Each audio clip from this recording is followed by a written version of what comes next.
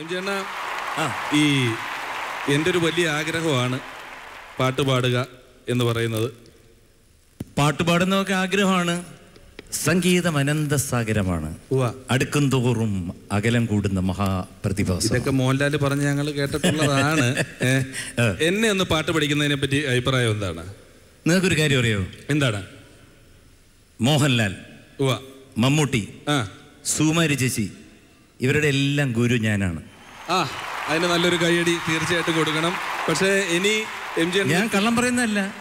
നിങ്ങൾ പണ്ട് തൊട്ടുള്ള കാസറ്റ് എടുത്ത് നോക്കിക്കഴിഞ്ഞാൽ ഇവരെ എല്ലാം പഠിപ്പിച്ചത് ഞാനാണ്. ഇപ്പൊ സുകുമാരി ചേച്ചിയുടെ അടുത്ത് ചോദിക്കാൻ പറ്റത്തില്ല. ഇല്ല, സുകുമാരി ചേച്ചി നമ്മുടെ ഓർമ്മകളിലുണ്ട്. സുകുമാരി ചേച്ചിക്ക് ഈ അവസരത്തിൽ ആകാശങ്ങളിൽ നിന്ന് കേൾക്കട്ടെ ഒരു കൈയടി നമ്മൾ കൊടുക്കണം ആ മഹാപ്രതിഭയ്ക്ക്.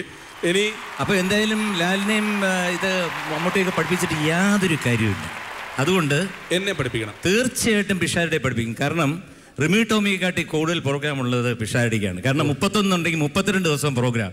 അപ്പൊ ഈ പോണ സ്ഥലത്തെല്ലാം നിങ്ങളുടെ ഗുരു ആരാണ്, നിങ്ങളുടെ ഗുരു ആരാണെന്ന് ചോദിക്കുമ്പോൾ എം ജി അണ്ണനാണ്. പറ്റുമല്ലോ, എനിക്കൊരു ക്രെഡിറ്റ് അല്ലേ അത് എനിക്കൊരു ക്രെഡിറ്റ് അല്ലേ? ഇത്രയും മഹാനായ ഒരു ഗായകൻ, എം ജി എന്ന് പറയുന്നതിന്റെ ഫുൾ ഫോം തന്നെ മഹാനായ ഗായകൻ എന്നാണ്. എങ്ങനെയുണ്ട്? മഹാത്മാഗാന്ധി, മിനിമം ഗ്യാരണ്ടി, അതൊക്കെ ഉണ്ട്. മാക്സിമം ഗ്യാരണ്ടി എല്ലാം ഉണ്ട്, ഒരുപാടുണ്ട്. എന്നാലും ഞാനിപ്പോ എം ജി അണ്ണനെ നിർത്തിക്കൊണ്ട് ഇത് പറഞ്ഞതേ ഉള്ളൂ. ഒരു കാര്യം, ശ്രുതി അറിയാമോ? ശ്രുതി അത്ര പിടുത്തമില്ല. കിട്ടാൻ താളം അറിയാമോ? ഇല്ല. ലയം, ഭാവം, കാലപ്രമാണം അതറിയാം.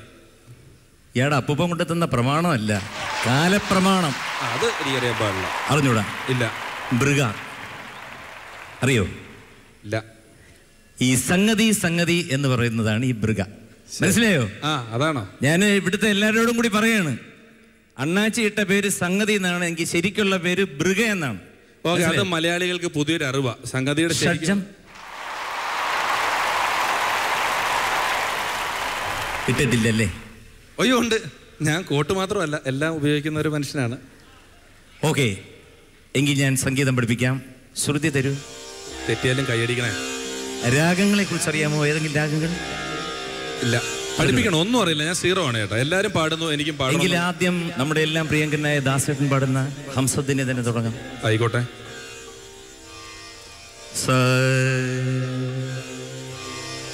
എല്ലാവർക്കും വേണേ പഠിക്കാവുന്നതാണ്. ഒന്നുകൂടെ.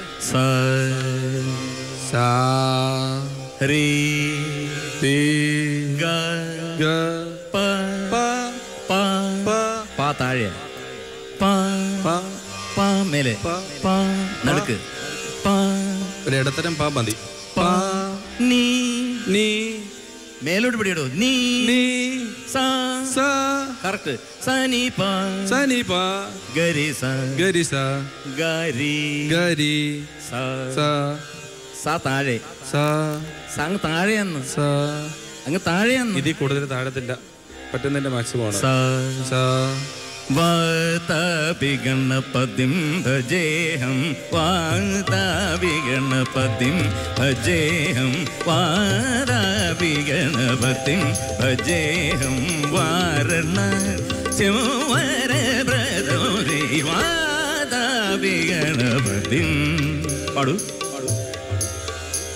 സാഷ്ടാംഗ പ്രണാമം. പ്രിയമുള്ള സുഹൃത്തുക്കളെ, ഇത് എന്നെ കൊണ്ട് പറ്റില്ല.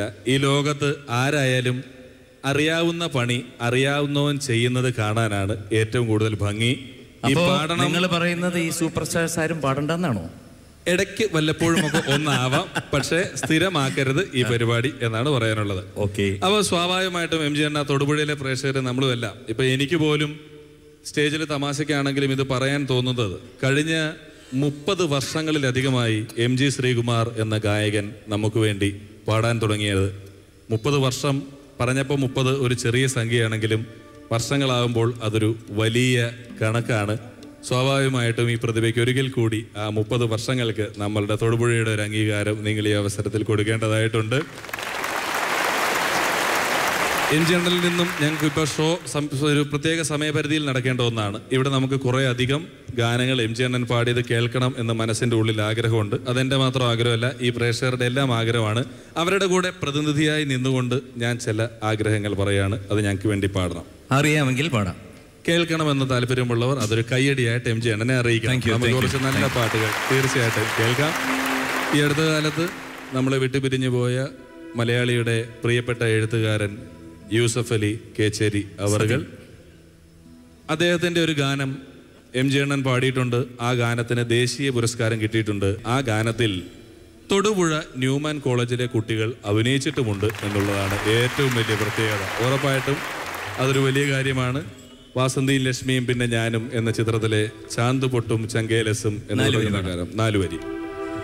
ചാന്തുപൊട്ടും ചങ്കേലസും ചാർത്തി വരുന്നവളെ, പുലരിപ്പെണ്ണെ നിന്നെ കണ്ടാൽ പൂതി പെരുകണു മനസ്സിൽ, നീയൊരു സുന്ദരിയല്ലേ ദേവമനോഹരിയല്ലേ.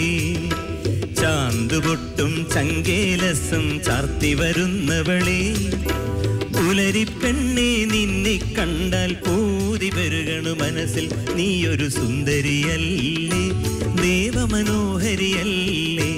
നീയൊരു സുന്ദരിയല്ലേ ദേവമനോഹരിയല്ലേ. നീയൊരു സുന്ദരിയല്ലേ. ന്യൂമൻസ് കോളേജിലെ കുട്ടികൾ ദേവമനോഹരിയല്ലേ. ഇനി നമ്മെ വിട്ടുപിരിഞ്ഞു പോയ മറ്റൊരു പ്രതിഭാധനനായ സംഗീത സംവിധായകൻ ജോൺസൺ മാഷുടെ ഒരു ഗാനം. അത് പറയുന്നില്ല, കേട്ടാൽ മലയാളികളാണെങ്കിൽ കൈയടിച്ചിരിക്കും. അത്രയും മനോഹരമായൊരു ഗാനം.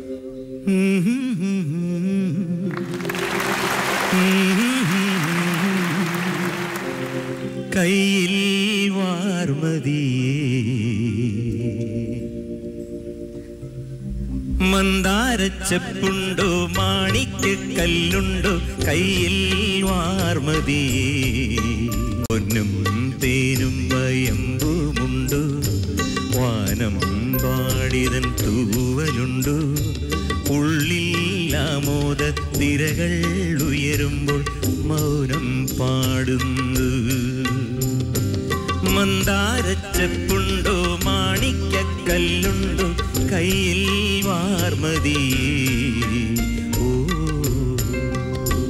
ചില മിസ്റ്റേക്സ്, ബ്ലൂപ്പേഴ്സ് അല്ലെങ്കിൽ ഗൂഫപ്സ് ഉണ്ട്. അപ്പോൾ ഇത് ഞാൻ ഒറ്റയ്ക്ക് കണ്ടുപിടിച്ചതല്ല, കുറെ കാലമായിട്ട് ഇതിന്റെ പിന്നാലെ തന്നെ റിസർച്ച് ചെയ്തുകൊണ്ടിരിക്കുന്നത്. അപ്പോൾ ഒരുപാട് ഫ്രണ്ട്സിനോട് ചോദിച്ചു, ഒരുപാട് ആർട്ടിക്കിൾസ് ഒക്കെ വായിച്ചിട്ടാണ് ഇത് കിട്ടിയിട്ടുള്ളത്. പിന്നെ ചിലതൊക്കെ വെറും സില്ലി ആയിട്ട് തോന്നും, അത് പിന്നെ കോളം ഫില്ല് ചെയ്യാൻ വേണ്ടി എടുത്താണെന്ന് മാത്രം വിചാരിച്ചാൽ മതി.